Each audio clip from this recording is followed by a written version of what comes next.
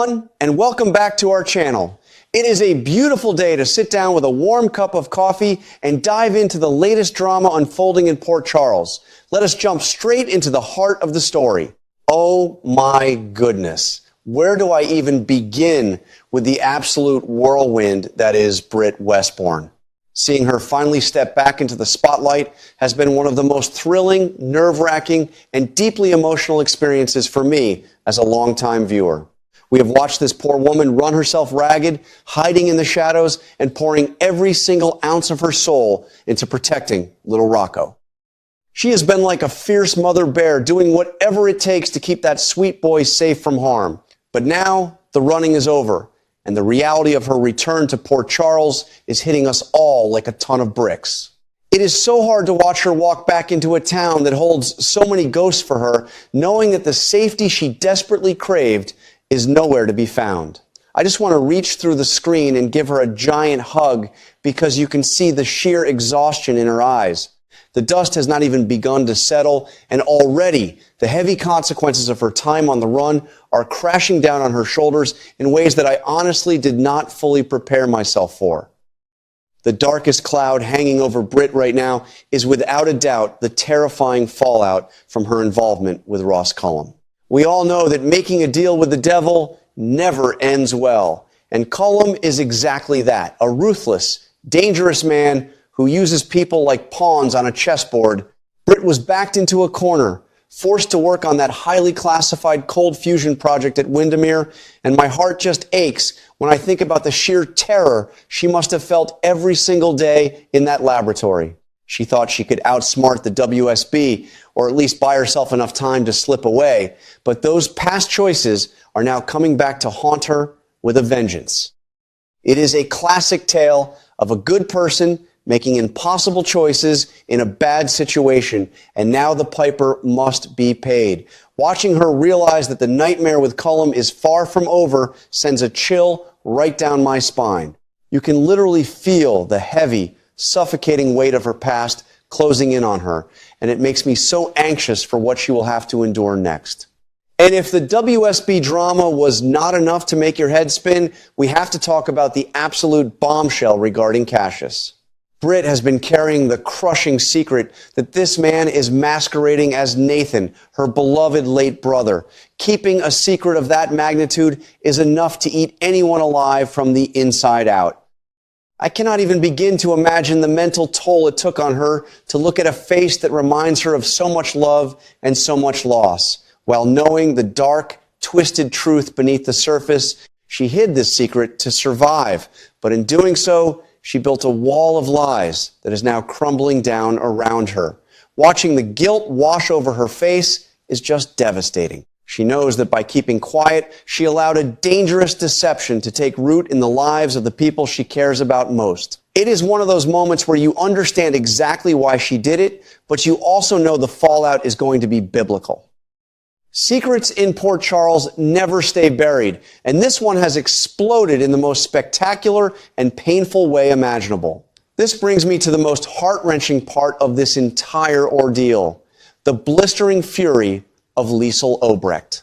My heart just breaks into a million pieces for both of these women.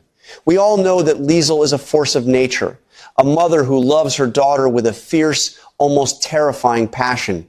But right now, that love has been overshadowed by a deep, cutting sense of betrayal. Because Britt fled and abandoned the cold fusion project, Liesl was the one who paid the price. She was violently abducted, thrown into captivity, and forced to take over the dangerous work Britt left behind. When a mother suffers because of her child's choices, the emotional wreckage is incredibly hard to witness. Liesl's anger is so raw, so justified, and yet so painful to watch, because underneath all that shouting and fury, you can see a mother who is simply terrified and brokenhearted. The scenes between them have had me holding my breath, tears welling up in my eyes, as Britt tries to stand tall while crumbling under the weight of her mother's profound disappointment. Just when I thought Britt could not possibly handle another drop of sorrow, along comes Lucas Jones with news that completely knocks the wind right out of her and out of me too. Lucas has always been such a steady, caring presence. But the shocking information he delivers to Britt regarding her health changes the entire landscape of her story. We have all been on this terrifying medical journey with Britt before, knowing the dark shadow of her health history that has always hovered over her life. When Lucas speaks to her, you can see the color completely drain from her face, and my stomach just dropped to the floor. Whether it is a sudden flare-up, a new complication, or something entirely unexpected, this health scare reminds us all of how fragile life truly is. It makes every single fight, every argument, and every moment of danger feel so much more urgent. Watching a young, vibrant woman face the terrifying reality of her own physical vulnerability is one of the most deeply moving things a television show can portray. Of course, the immense stress of everything is making Britt lash out, and who better to catch the brunt of that frustration than Elizabeth? The clash between Britt and Liz is like watching a pot of water finally boil over. These two women have such a long, tangled, and messy history. Elizabeth has always represented this grounded, slightly more traditional life, while Britt has always been the wild card, the one who colors outside the lines. Seeing them go toe-to-toe now, when Britt is at her absolute lowest, is both thrilling and deeply sad. You can hear the years of resentment and unspoken grievances pouring out in their bitter arguments. I honestly feel for both of them. Elizabeth is trying to protect her peace and her family, while Britt is like a wounded animal backed into a corner, snapping at anyone who gets too close. It is a raw, emotional conflict that feels so true to everyday life. When we are hurting the most, we often take it out on the people standing right in front of us.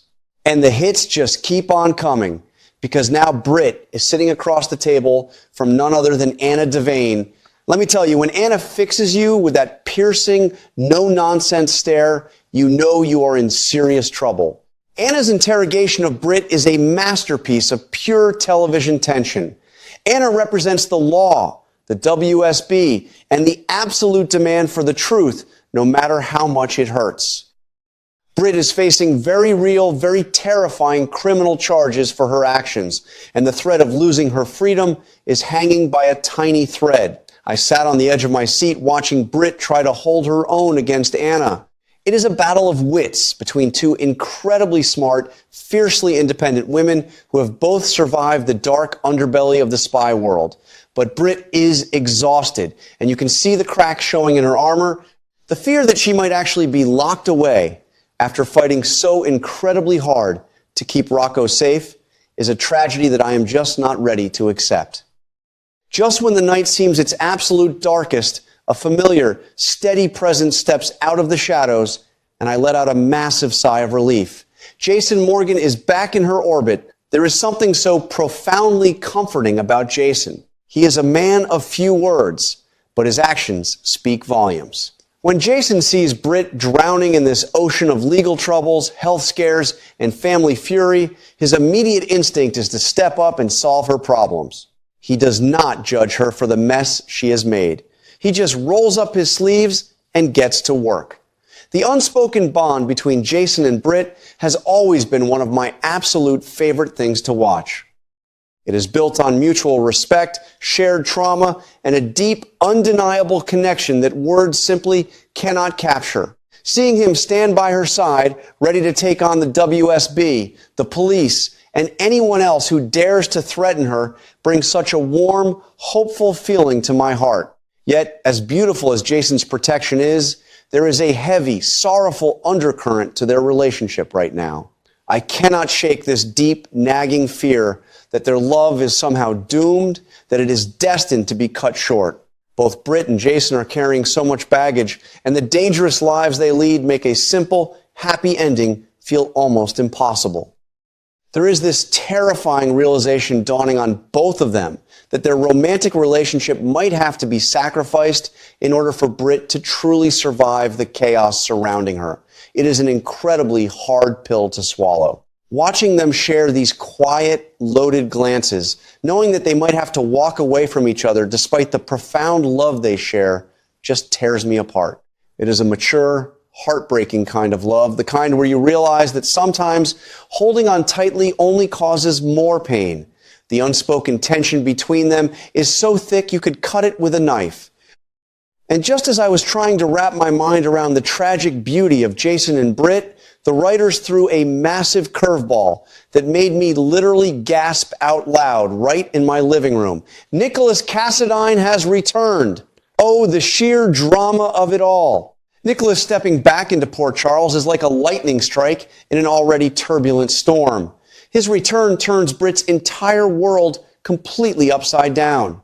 Nikolas is a Jason through and through. He is dark, passionate, incredibly wealthy, and absolutely unpredictable. He brings with him a completely different kind of energy than Jason. Where Jason is steady and stoic, Nikolas is a whirlwind of emotion and grand gestures. The history between the Cassidines and the rest of the town is already so deeply complicated, and inserting Britt right into the center of Nikolas's orbit is a stroke of pure soap opera genius. You can instantly feel the magnetic pull he has, a reminder of a different, wildly passionate path Britt could take. Now, we are looking at a spectacular love triangle, and I am here for every single second of it. On one side, you have Jason Morgan, offering Britt a fierce, silent protection and a love that feels grounded in survival and deep mutual understanding. On the other side, you have Nikolas Jason, offering a chaotic, fiery passion and a life wrapped in the dark allure of Cassidine wealth and power.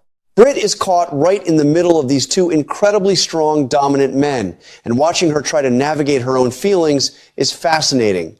As a woman, I completely understand the pull of both sides. Do you choose the man who makes you feel safe when the whole world is hunting you? Or do you choose the man who matches your own internal chaos and makes you feel wildly alive? This love triangle is not just about romance. It is about Britt trying to figure out who she really is at this stage in her life. It is a battle for her heart and soul. When you sit back and really look at Britt, it is nothing short of miraculous. I remember the days when she was just known as the Britt, causing trouble and stirring up petty drama. But she has grown into this incredibly complex, deeply vulnerable, and fiercely strong woman. She is a survivor in every sense of the word, facing down a terrifying health marker, surviving the WSB, protecting a child that isn't even biologically hers, and now standing between two powerful men. She is carrying the weight of the world. I think that is why I feel so emotionally invested in her story. She is flawed, she makes terrible mistakes, and she often chooses the hardest possible path, but her heart is always fiercely dedicated to the people she loves. Seeing her juggle the absolute terror of her health news from Lucas with the overwhelming pressure from Anna and her mother makes her one of the most relatable characters on the show.